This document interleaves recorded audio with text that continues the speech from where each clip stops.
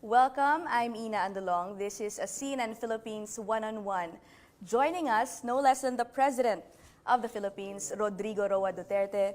Hi, sir, and thank you for this interview. It's been actually My 3 pleasure. years.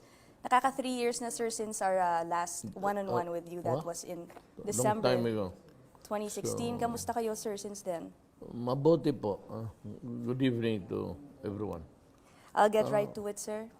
The most pressing issue of the day, the country's hosting of the SEA Games. Now, last night, you were saying that you want an investigation after Yes. the Games. And I heard you also say that you don't believe that FISGOC Chief, House Speaker Alan Cayetano, is involved. You don't believe that he's involved in any corruption there.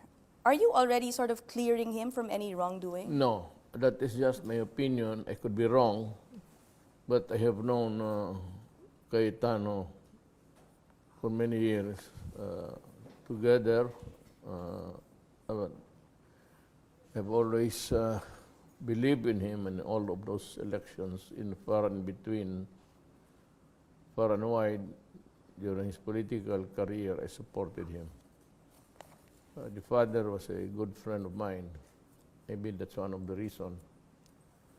I was just kind of shooting the breeze with everyone. I said that, parang hindi ako kapaniwala, parang gano'n. Let me put it in a vernacular. Parang hindi ako makapaniwala na papatol si Cayetano niya. I don't think that is corrupt. Okay, but as you mentioned, he's not yet off the hook because, again... But the problem is there has been mishaps and some things that for example, yung scoreboard, and yet they had all the time talking about it long before the SEA Games started. At kung bakit magkaroon pa ng problema ng ganon. If the thing is being, I am not saying it's run mostly by volunteers, pero kung ang volunteers kasi ang nagpatakbo, or majority of them, then I could maybe see some hindi magandang paraan. Okay. Not the right way to do it. Alam mo kasi when you are running a big event, you have to be structural. And that is why I said it could have been better run by the military. What I mean to say is this. It's not that the military is the only entity good for it. Ganito yan. Kagaya nung sa flight. So there was this, maybe boys and girls assigned, volunteers or not, paid or for free. Dumadating yung aeroplano, expected at this hour, with this contingent from what country. Okay? Nung hindi dumating yan sa oras, huwag ninyong iwanan. Mag-iwan kayo ng tao doon at sakyan. Kung kulang man, then make a point that you can call at any time with available transportation, be it in so many cars or in one huge truck. Pero mag-iwan ka doon because you have to take care of that delegation. Okay. Sana for every country, which I think they're doing, or what they did. But the problem is, I could not see why if fiasco could happen like that. Na, dadating yung mga, at hindi dumating on time for one reason or another. For one, Manila is a very crowded place upstairs. Isa lang ang airport ginamit. I don't know if clock was being utilized. But from what I see, it was only the Manila International Airport. Isa lang yan, and the arrival of flights from the international, international flights coming in, add to the domestic and the commercial and the private planes and the ones that are being used by the planes where the athletes were riding. Sir, So, ganon sana ang pagdala. Sir, you said that you want the investigation to also find out how funds were used. What exactly are you thinking? Are you thinking that could be corruption? If not, as you mentioned, hindi ka naniniwala kay House Speaker Cayetano, but at the lower levels? Or do you see this also as just poor planning? Now, I think that the investigation should be proceed with the presumption of innocence. Then, along the way, if you find some wrong, either through negligence or intentional, then let it out and we'll sort out what to do next, whether to file charges or not. Even if it could possibly involve your allies, because Well, I FISGOC cannot is do formed. anything. Look, ganito kasi, somebody whispered to me that I should not be doing this. Ganito yan eh. What am I supposed to say? If Alan Cayetano is my ally, political ally, then what am I supposed to say if asked in public? Okay. What is the politically correct statement that I could make under the circumstances? So you have to say, we are all in here.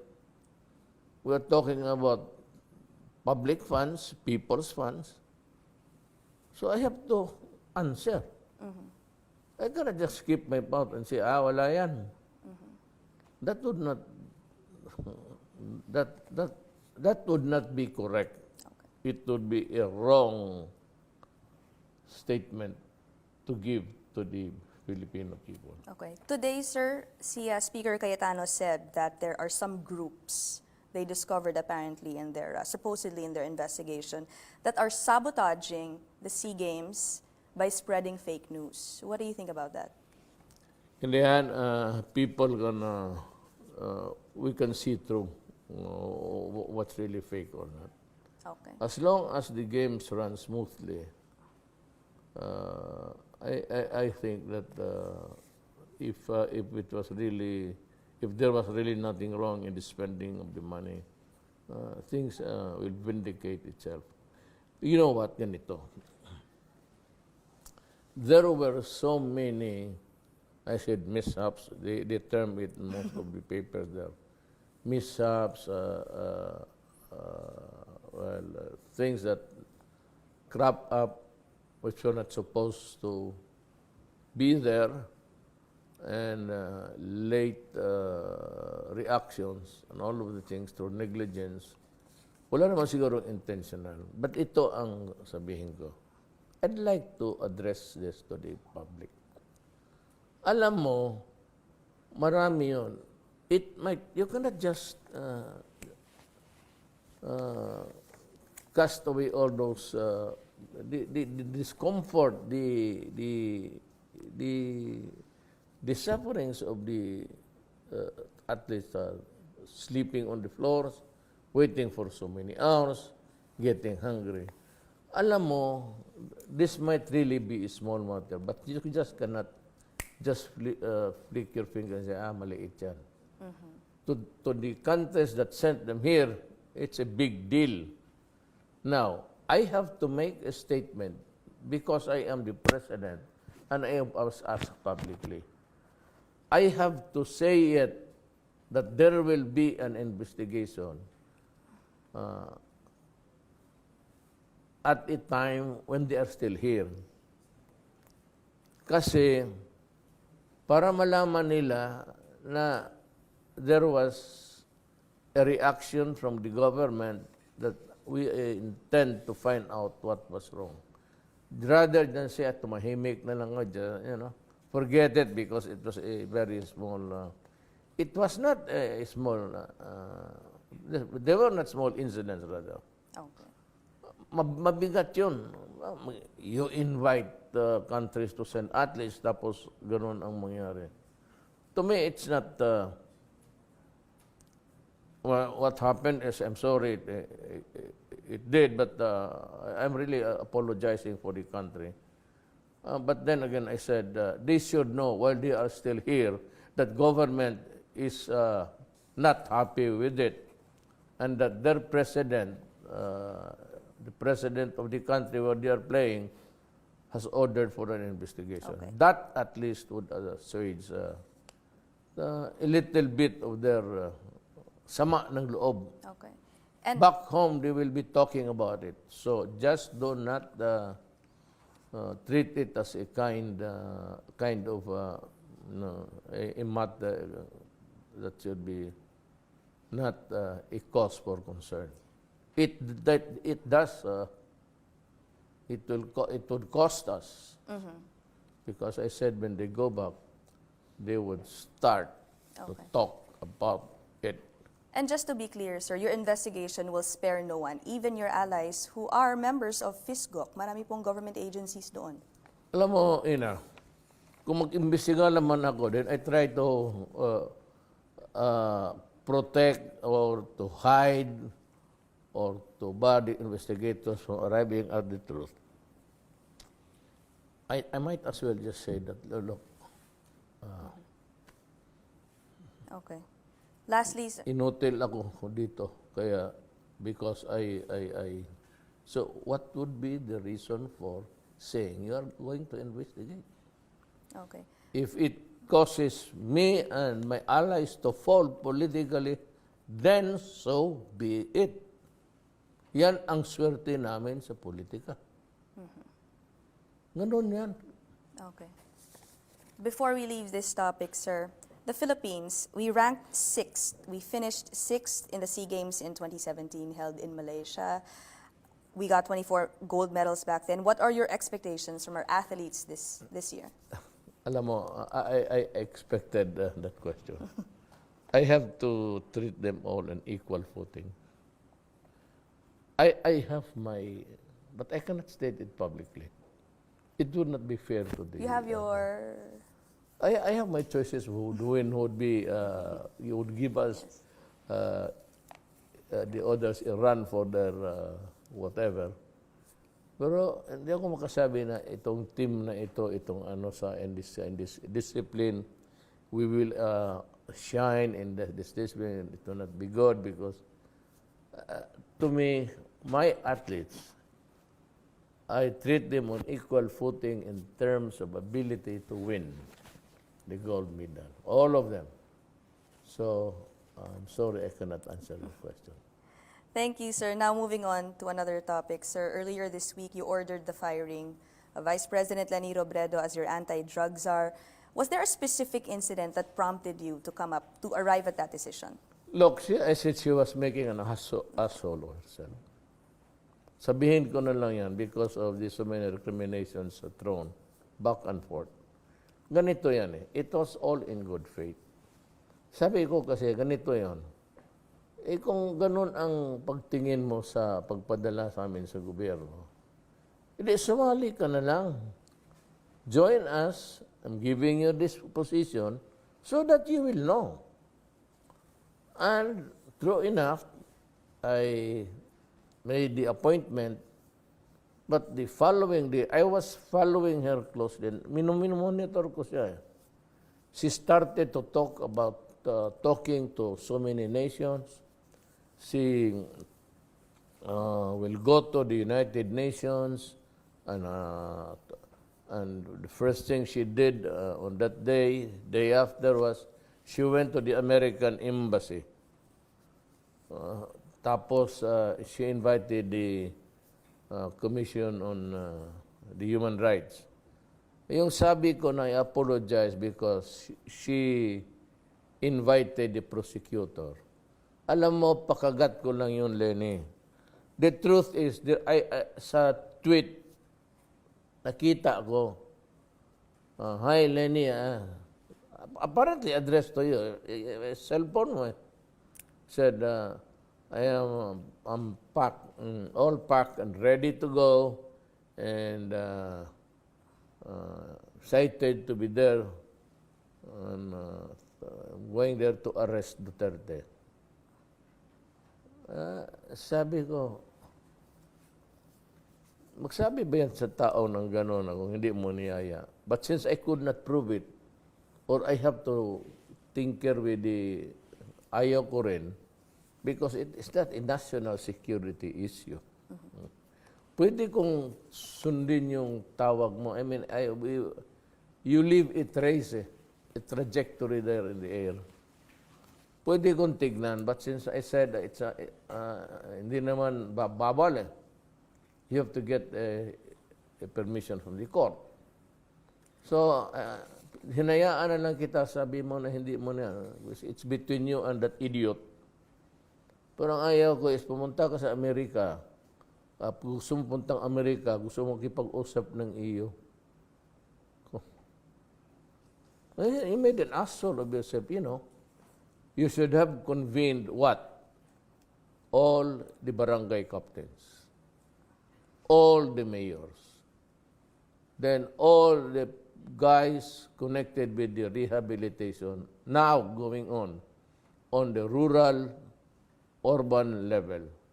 Then you have to take the stock of how many are getting better, how many are still in the limbo. No, dapat ginawa mo, alam mo ano ka yung, hindi ko kita maintindihan. You were there grandstanding, pero hinayaan kita.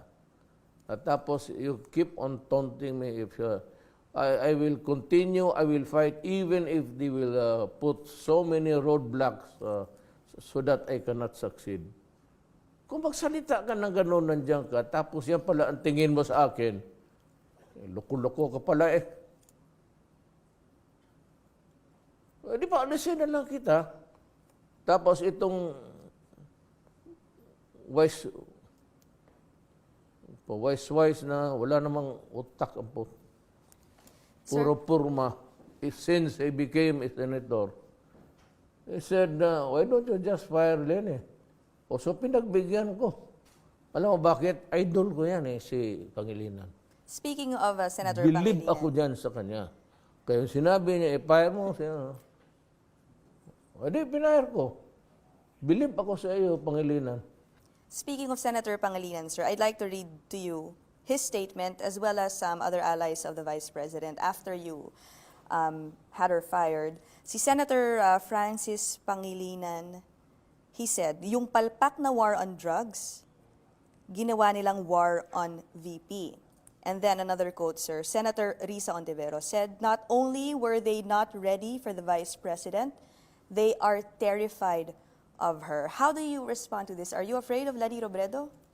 And all stupid remarks coming out from an empty head. Anong palpak?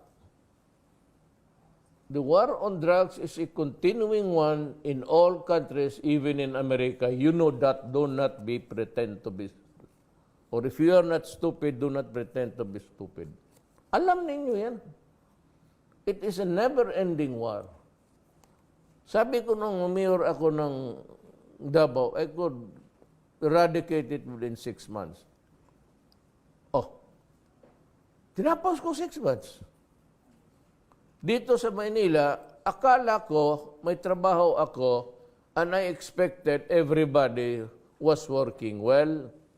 I did not know when I arrived, when I got to look into the records sa drug cases, then I realized that I was fighting against my own government because the police, the customs, and everybody else were dipping their dirty fingers into it.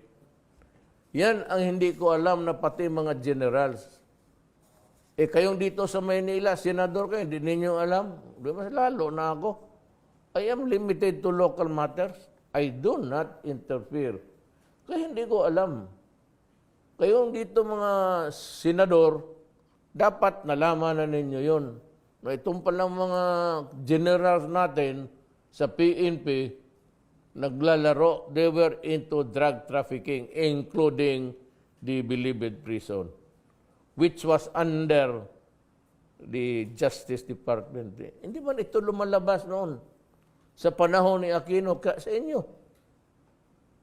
Sa inyo, walang mga, bakit ito? Overnight, ito mga drug addicts.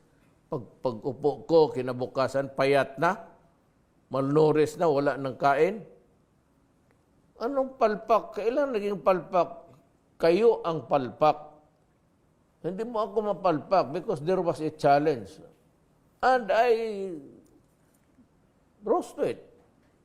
Sabi ko, ito gusto ninyo. Sige. Kayo, pupunta ng Amerika. Ito si Reza, isa pa. Punta ng Amerika. Hindi mo nasabihan, gaga ka, bakit kang punta ng Amerika?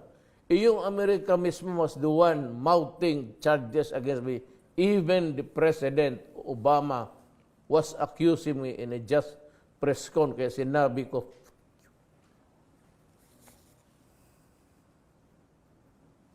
sabi ko, read my lips. But pareho kami presidente at she was talking about me badly in a press conference. Sir, let me read to you. Meron din pong statement si Vice President Lenny. She said, ano ba ang kinatatakutan ninyo? Meron ba, sir? Ang tinatakutan namin, na pababa ka na pababa, hanggang pababa. Lenny, look, Lenny, hindi ako pro-Alan, hindi ako, wag ka tumabok ng presidente. Wala ka talagang alam. Wala ka talagang, ayoko na sabihin na 2 beses sa kumuha ng bar, pero wala ka talagang alam. What's next? Remember, I said that the police can accept gifts. Of course, sabi ko. So long as it is out of gratitude, in small tokens. Tapos, 2 king senador in Niger. Akala mo automatic, that is immoral, that is illegal, that is unconstitutional. Sabi ko, hoy gaga, I was using the words of the law itself, the anti-graft and corrupt practices. Abogada ka, hindi mo alam, tapos magpresidente ka. Tapos magsabi ka lang ng relying on your being a lawyer, patay. Pareha kaya, it will be a classic. Last on this Huwag kang topic, tumanggap sir. po. Ngayon, maghanap kayo ng iba dyan. Yan, ilagay nyo, disgrasya yan. Remember, kayo ang nag-umpisa nito. I kept my silence all along. Kasi puro kayo mga wise, you think that your words coming out of your mouth are words of wisdom to the Filipino people. Now, Filipino people, you're listening to me. Hindi na po ako politiko, hindi na po ako tumakbo, wala akong kandidato. Sinasabi ko lang sa inyo, disgrasya kayo pag sila ang subukan ninyo. Saan ka makakita dito to fight drugs? Magpunta pa doon sa padalhin pa yung Human Rights Commission. The Human Rights Commission ni-repudiate ko. I rebuke them. As a matter of fact, sabi ko, you cannot have jurisdiction over my person, not in a million years. Sige kayo accuse noon bago akong presidente. Everybody, human rights. Everybody wanted to. Ako, I knew my answer. Wala kayong narinig sa akin, pero sa umpisa alam ko na. Because you guys were so eager to attach our treaty, to append it in the Rome Agreement, making it obligatory to us. Ang una ko lang, nung naalaman ko yan, sinabi ko, look at in the records of the printing, Bureau of Printing.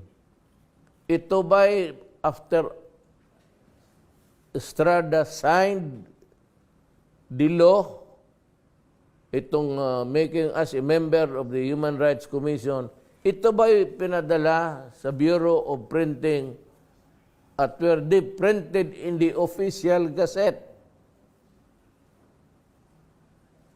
Nung sinabi nila, wala, sabi ko, huwag kayong maingay ha, tumahimik lang kayo. Then, hinayaan ko, lahat ng mga constitutionalist, Duterte can be in prison, lahat. Kung sino ang abogado dito sa Manila, sabi ko, nung gusto ko nang sabihin, I wanted to let it out because itong si chairman, na kapatid ng king ng Jordan, nagsalita that I should see a psychiatrist. Because, ganon. Kaya I called for a select few, sila Olivares, sila, sabi ko dito sa Malacañan. Then I let the cat out of the bag. Okay. Sabi ko, alam mo itong mga abogado nito, huwag kayong bumili dyan. Puro buboy ang mga putang inang yan. Walang yung alam. Sabi ko, basta. Ito, makinig kayo. Then I said, if you do not print it in the official gazette, then it is not the law. And then what is my basis? Tanyada versus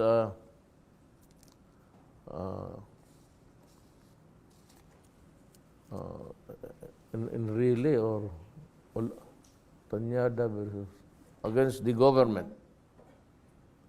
And the Supreme Court in that case said that if there is no printing of the official gazette, then the Filipino people was not informed that there is a law.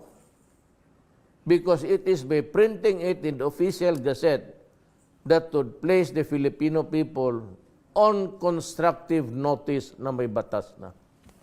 Because kung wala yan, then you prosecute me, you deprive me of my due process. So what has that ruling got to do with the Constitution?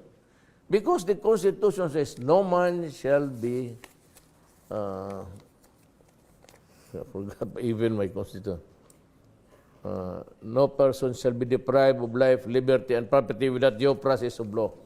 In this case, there was no due process because you appended it right away without publishing it in the official gazette.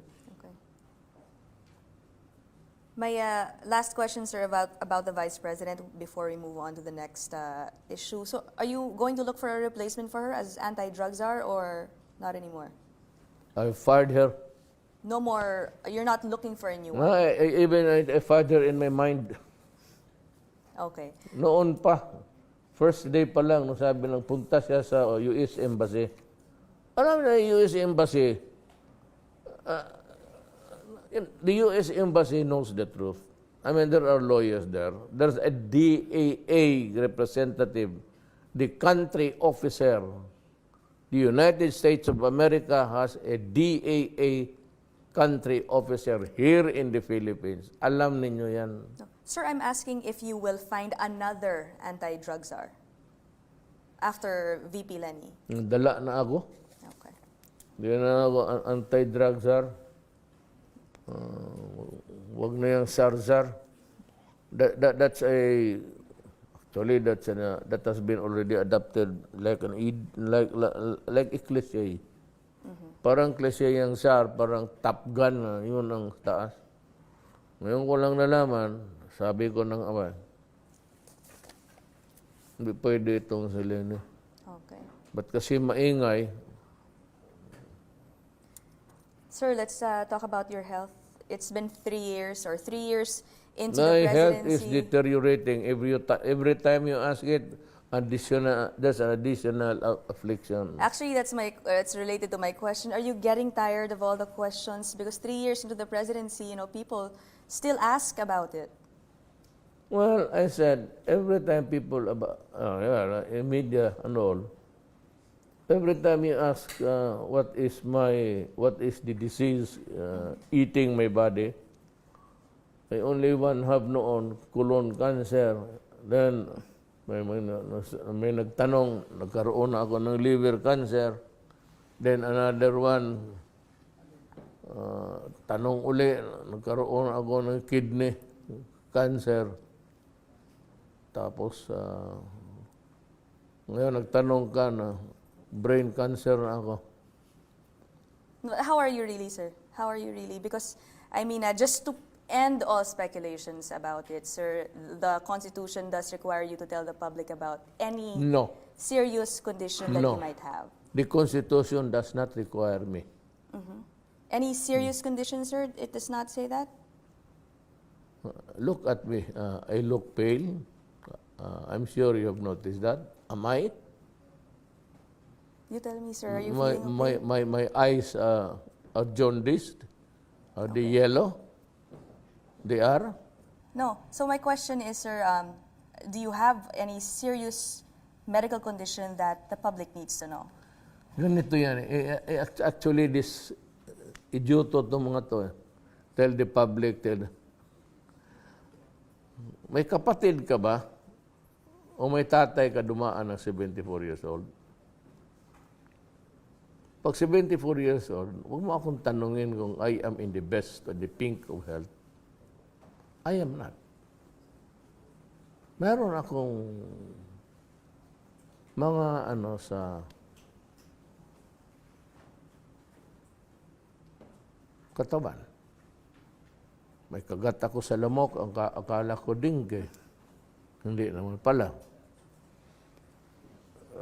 Nakaapak ako ng tamtak, akala ko natitanos ako. Wala man pala. Okay.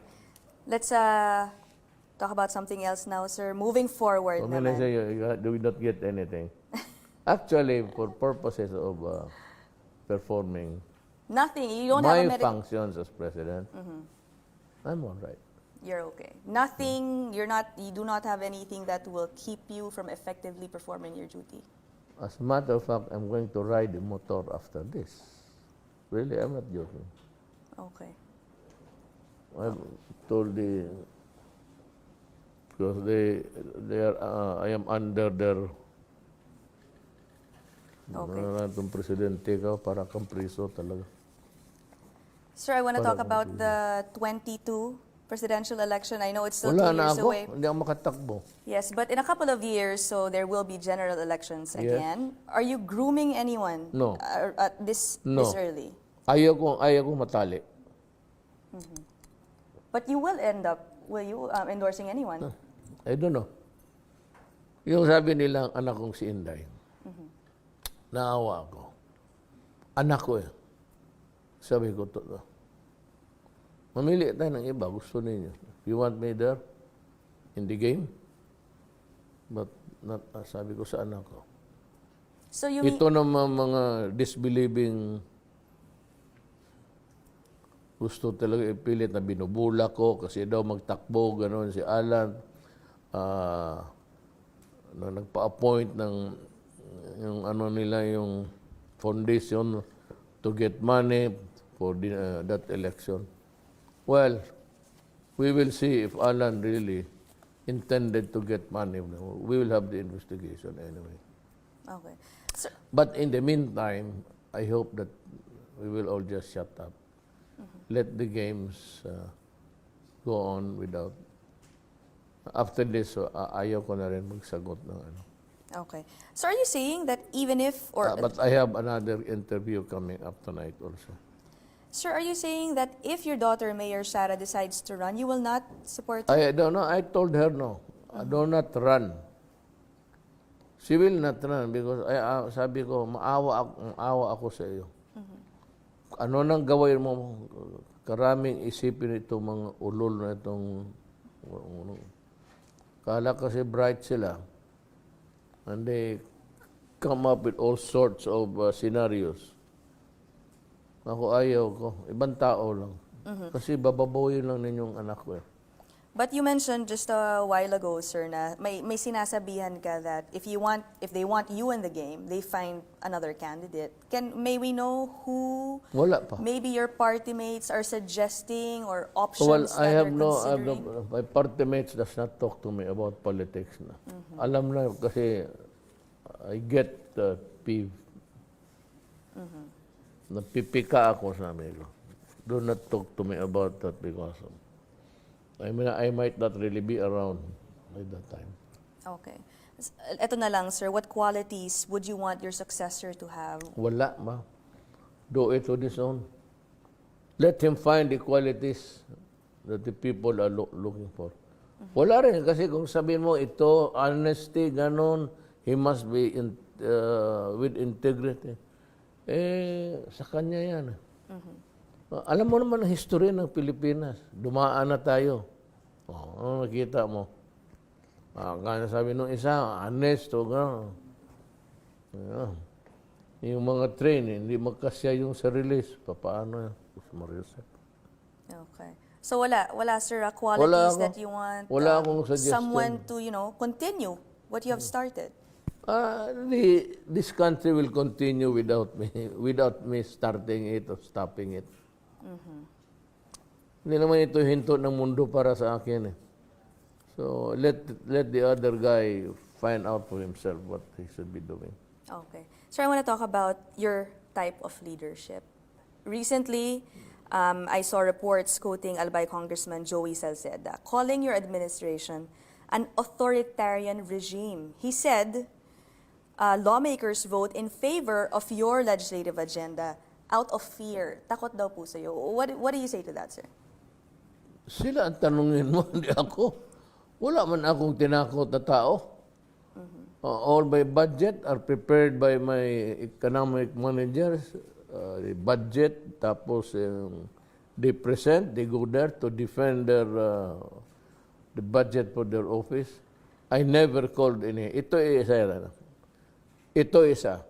Find out if I ever called any cabinet member or the businessman or the members of Congress. Pero lang yan magtawag sila din Okay. Wala akong tinawagan na isa. Ba't kaya sila, sir, Pag may maturo ka na isa sa kanila, sabi nila, tumawag sa akin, mag-resign ako. Okay. Bakit kaya sila, sir, daw natatakot sa inyo? Ewan ko. Wala naman akong sinuntok na congressman. Si Joey Salceda, binabati ko naman. So, bakit makasabi siya na authoritarian ako? Okay. Still, sir, on your leadership type, your kind of leadership, rather, there have been criticisms on your verbal orders, sir. You giving out orders without, they say, proper documentation to back them up, and you expect people to follow it right away. For example po, sir, recently, yung vaping. You immediately ordered people arrested if they are seen vaping in public. Hanggang ngayon, sir, wala pang That is what makes the big difference. Hindi ako nagyabang between me and Lenny. Because when I talk about the law itself. Sir, yung sa vaping, for example, right now, they remain to be verbal orders. Wala pang EO, and you mentioned that there is a law. What specific law is that, sir? Oh, well, we start with the law. Ito. You were talking about a law. Yan ang diferensya namin ni Lenny pati ako. Ayun, hindi ko sinasabi na bright ako sa iyo. Ako, ordinaryo lang talaga ako. 75 lang ako. Since kindergarten hanggang high school, 75 lang talaga ako. Hanggang sa law school, 75 lang ako. Admitahin ko yan. I don't know about the scholastic record of Lenny. Pero that is what makes the difference sa amin dalawa. So ano po yung batas? Ganito. Let's start with vaping. vaping was intended to be a substitute for what? Cigarettes. Nicotine. Okay? So, sa batas natin ngayon, you cannot smoke a cigarette because there is nicotine dito. Correct? So, ang pagbawal, ang tinatakutan natin dyan, ang nicotine. Okay. Here comes vaping. Putang ina mo. That is a substitute for nicotine. Nilalagyan ng nicotine yan para bubuga ka rin. So, what the... You still contaminate. If you want to die of cancer, go ahead. But do not contaminate the other people. Sa restaurant, yung cashier, yung mga casino, this is only intended for foreigners. Yeah, correct. But how about the waiters? How about the cashiers? How about the dealer? Ay, gago pala kayo. So, no smoking yan. Okay, let me just tell my story. Yung vaping may nicotine. So, by itself, it is like a cigarette. So, you ought not to be using it in public. Correct? Okay. Okay. You see the logic there? Go ahead, sir. Okay. Now, itong vaping. Vaping is a form of a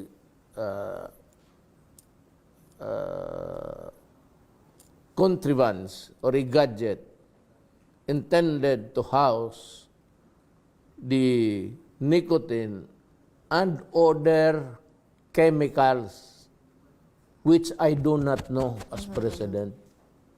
I should know the content. Kasi nilagyan nila ng mga flavor and added na.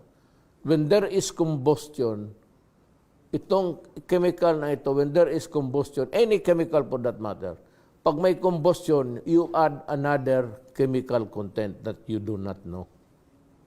Pag magsalubong itong isang ecstasy o lagyan mo ng marijuana, nilalagyan nila ng marijuana eh.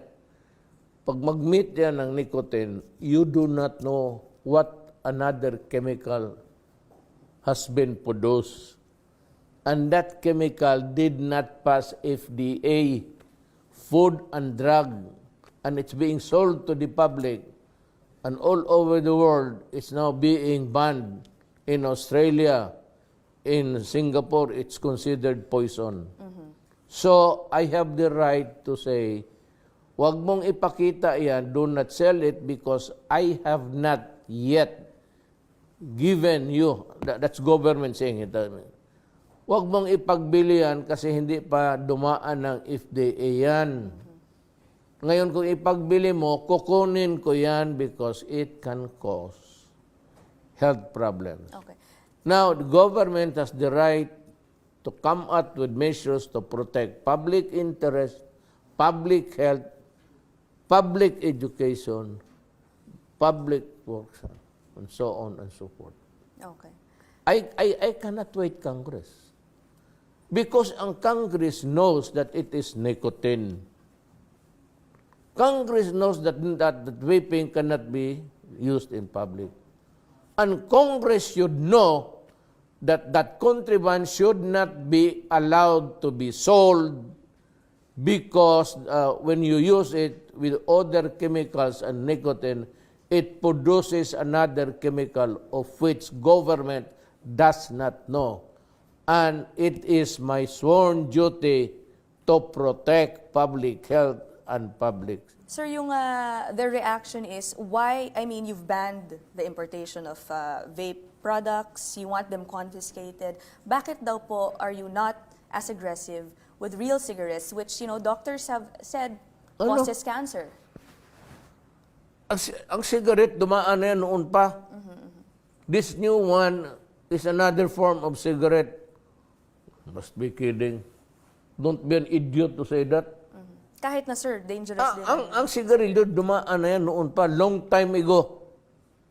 Before my father was born. Cigarette smoking was always there. And I'm sure at one time, so Surgeon General's report, it was subjected to another test. And it can really cause health hazard. Ito ganon rin. In other countries, do I have to wait? Alam mo kasi, mas kasabihan sa aming Bisaya, hindi naman ito sisili na ang kaagad eh. So, sabihin mo, isang respiratory, case.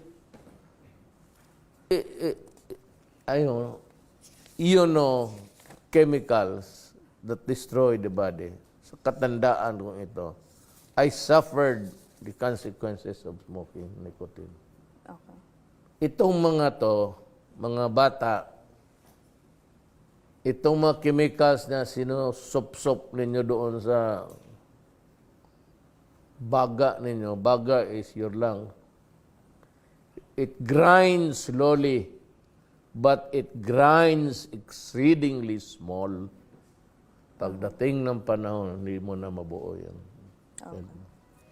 And I will not be remembered, I will not allow to be remembered as a president who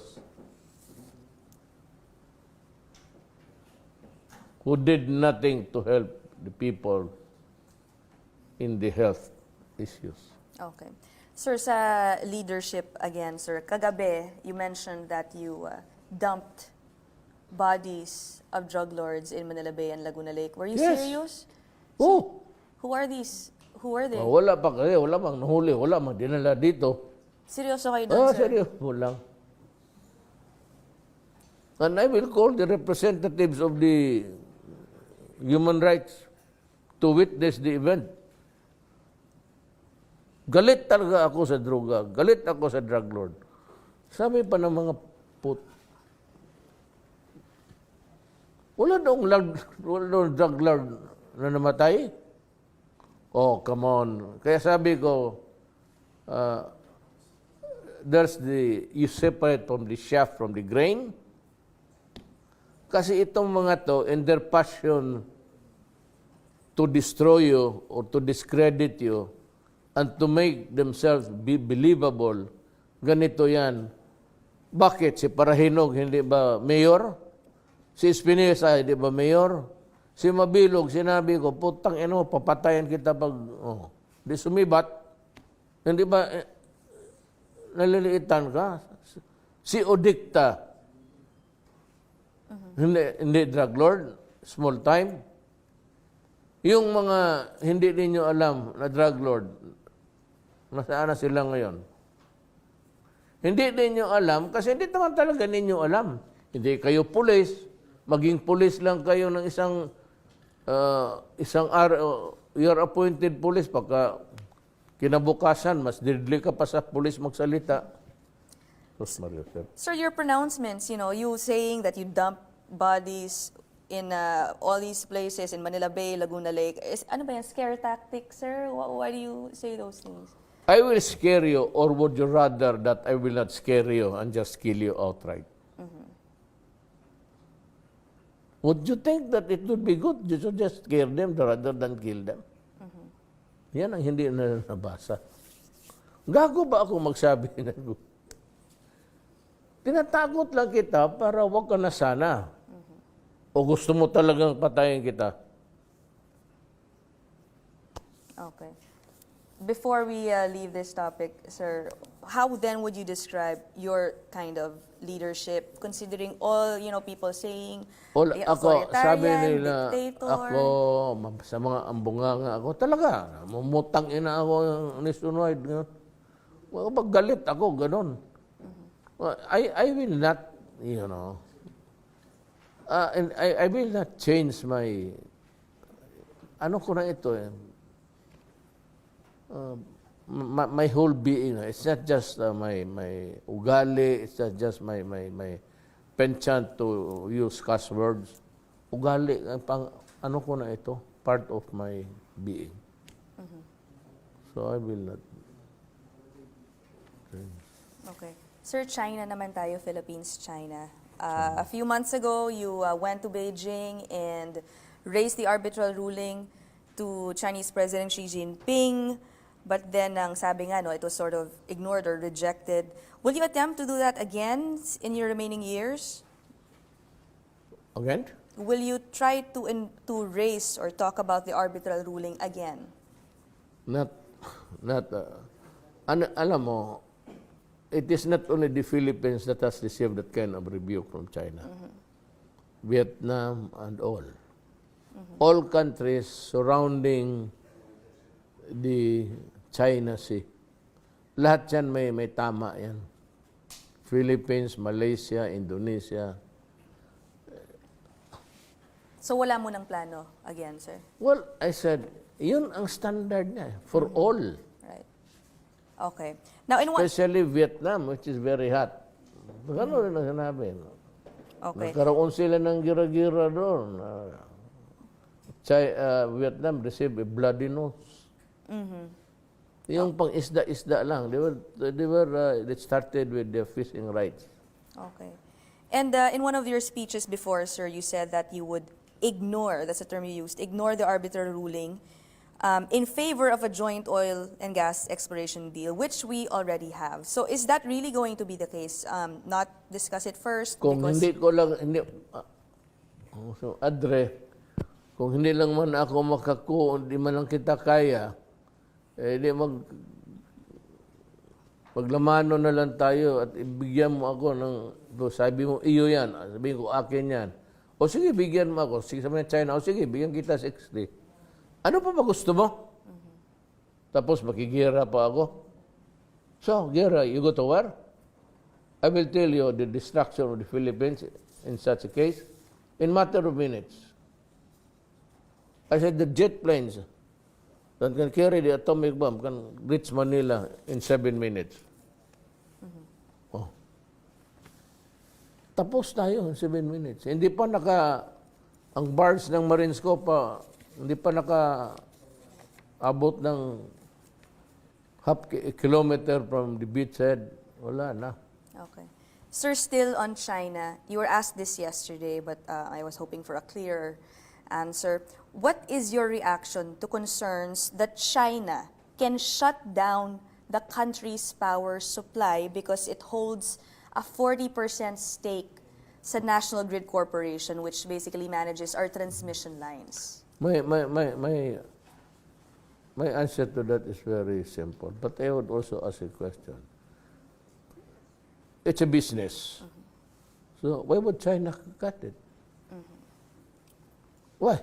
I cannot answer the question because, tanongin ko, China, bakit mo putulin? Ayaw mo ng negosyo?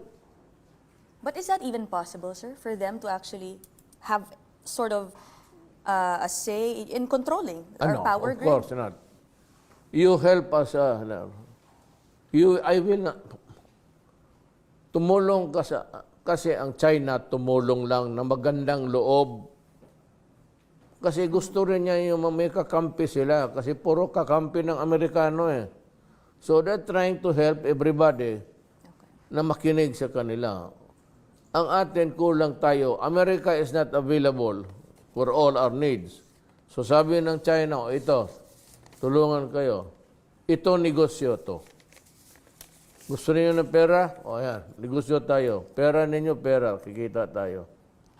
Tanungin ko siya, may panahon ba putulin mo? Sabihin na, magsasagot ang China, bakit namin putulin? Okay. Pera yan. Sabi ko, what would be the reason na putulin mo? Magsagot naman China, hindi namin putulin. But is the potential to actually do that there, sir? It's about 1 million miles away. Sabihin ko sa China, look, China, we're friends. We're doing business. You want money? We want money. It produces money for both of us. Now, do you intend to cut it? And for what reason? You answer me or but to control. Why would you take control out of a thing that you offered us? I will not allow that. I will tell China, China, if you do that, then there will be a quarrel. I may not overcome you, but I said, you will receive from me a mouthful. Then I go to other places and look for help. Amerika, walang maitulong yan. Okay. Last question, sir, on this issue, still Ay, related. on this issue. On this issue, still related to China, sir. Data from the Department of Finance as of November 13. Believe ako ng sa CNN, after all what you have done to me, I endure the... Totoo naman. Let us not be naive. After what you have done to me, mabuti na lang na si Ina ang nandito sa harap ko. Sir, I'll go back to my question.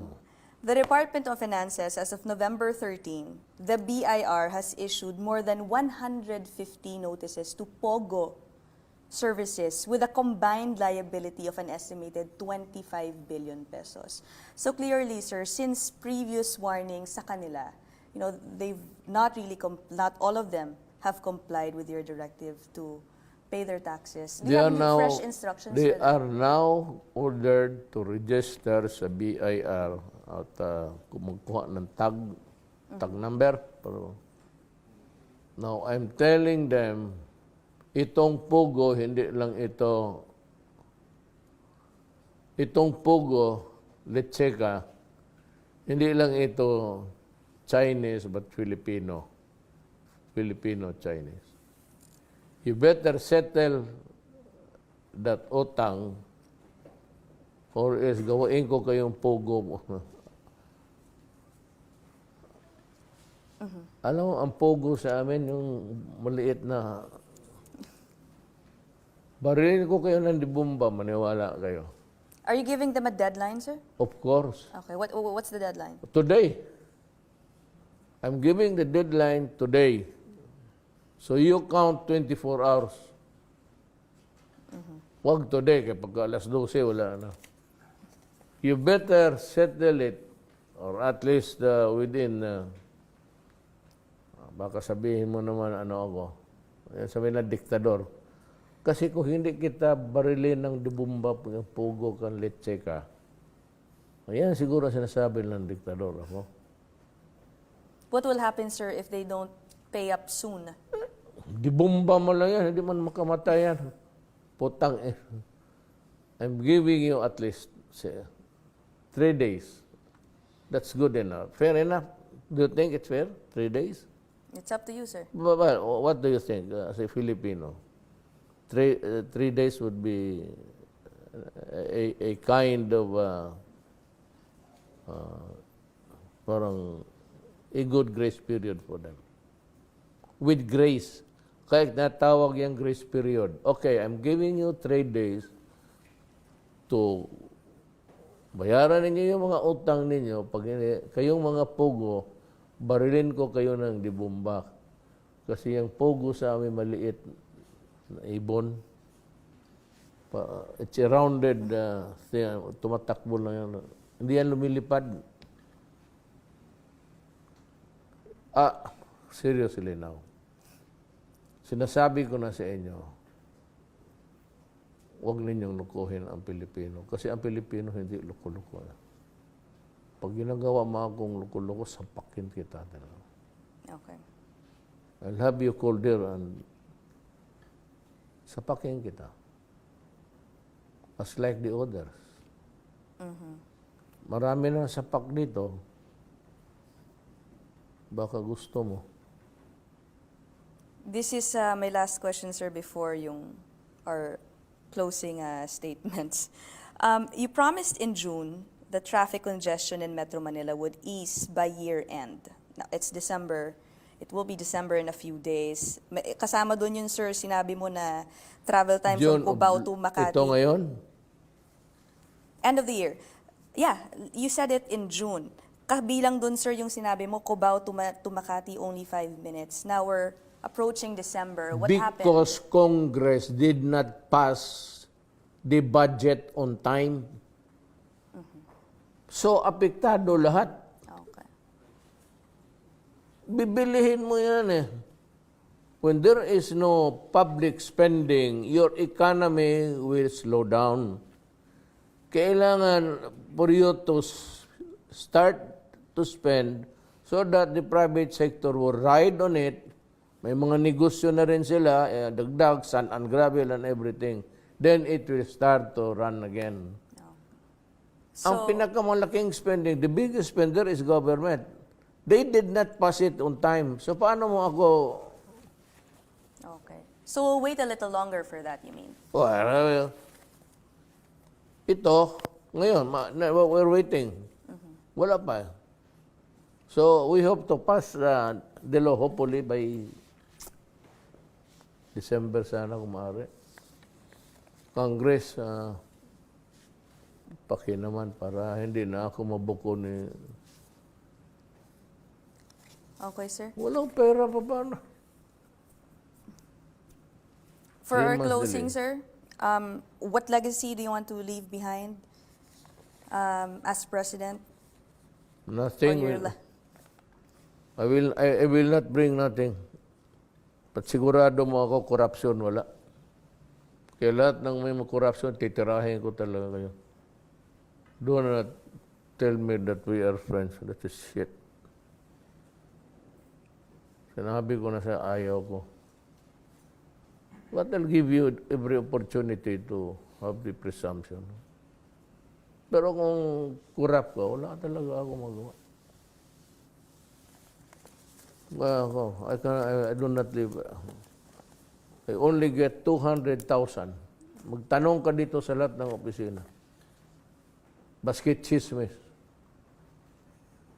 Kung nakialam ba ako dyan sa mga negosyo. I do not sign commercial papers. I do not sign government transactions, contracts with anybody, with LRT, with reclamation. It's out of my job description. Ayaw ko. Ang aking kinukuha lang dito, sweldo, 200. If you think that I steal more than my salary, tell me because it's documented. Hindi ka naman ano dito. Then I resign. People think that, there are some crazy people think that I am, no, I am not into corruption. Kaya kayo, pag nasa corruption kayo, putang ina, bibirahin ko talaga kayo. I'll demand your resignation. Kasi wala kang maiganti sa akin. Okay. May masabi ka sa akin, pero hindi corruption.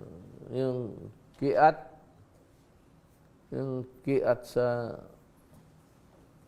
talaga ako even in ganito.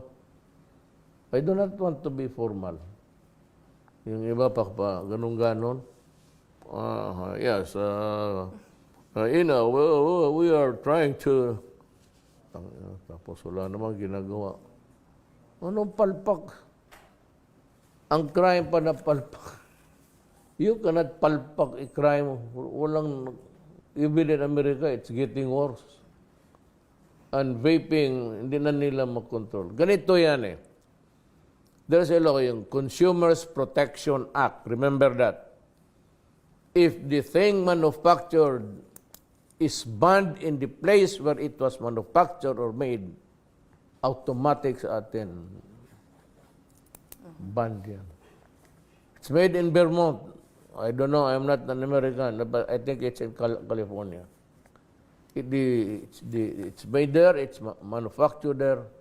But the law of that place prohibits vaping in its own place. Yan ang tandaan ninyo. Kaya sabi ko yung itong mga Consumers Protection Act, Lene Robredo, and the rest kayo. Kung ang bagay ay prohibited on sa ginawa,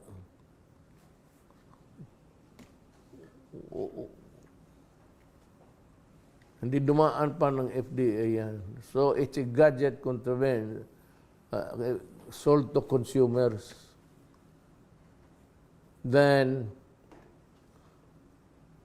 at this time, it is not yet ready to be sold. and other countries have banned it. So, do not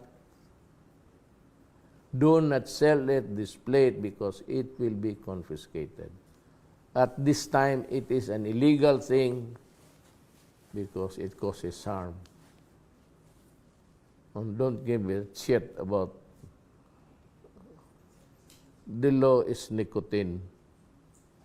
Ang kalaban natin dyan, nicotine. It is, ang problema dyan, vaping, mahaluan mo ng heroin, mahaluan mo ng marijuana, mahaluan mo ng lahat, at hindi mo makita. You know, whether you like it or not, you have to bear with me. Things that would harm the Filipino people. So magtiis kayo. Kayong mga vaping, gusto ninyong mamatay, okay lang. Walang problema yan. Yung mga ecstasy, you mix it with alcohol, okay lang. Kikita ang mga memorial niya. Mr. President, thank you very much for your time. It's a Thank you pleasure. for speaking to us, and thank you for watching CNN Philippines One-on-One. I'm Ina Andolong. Sir, thank you.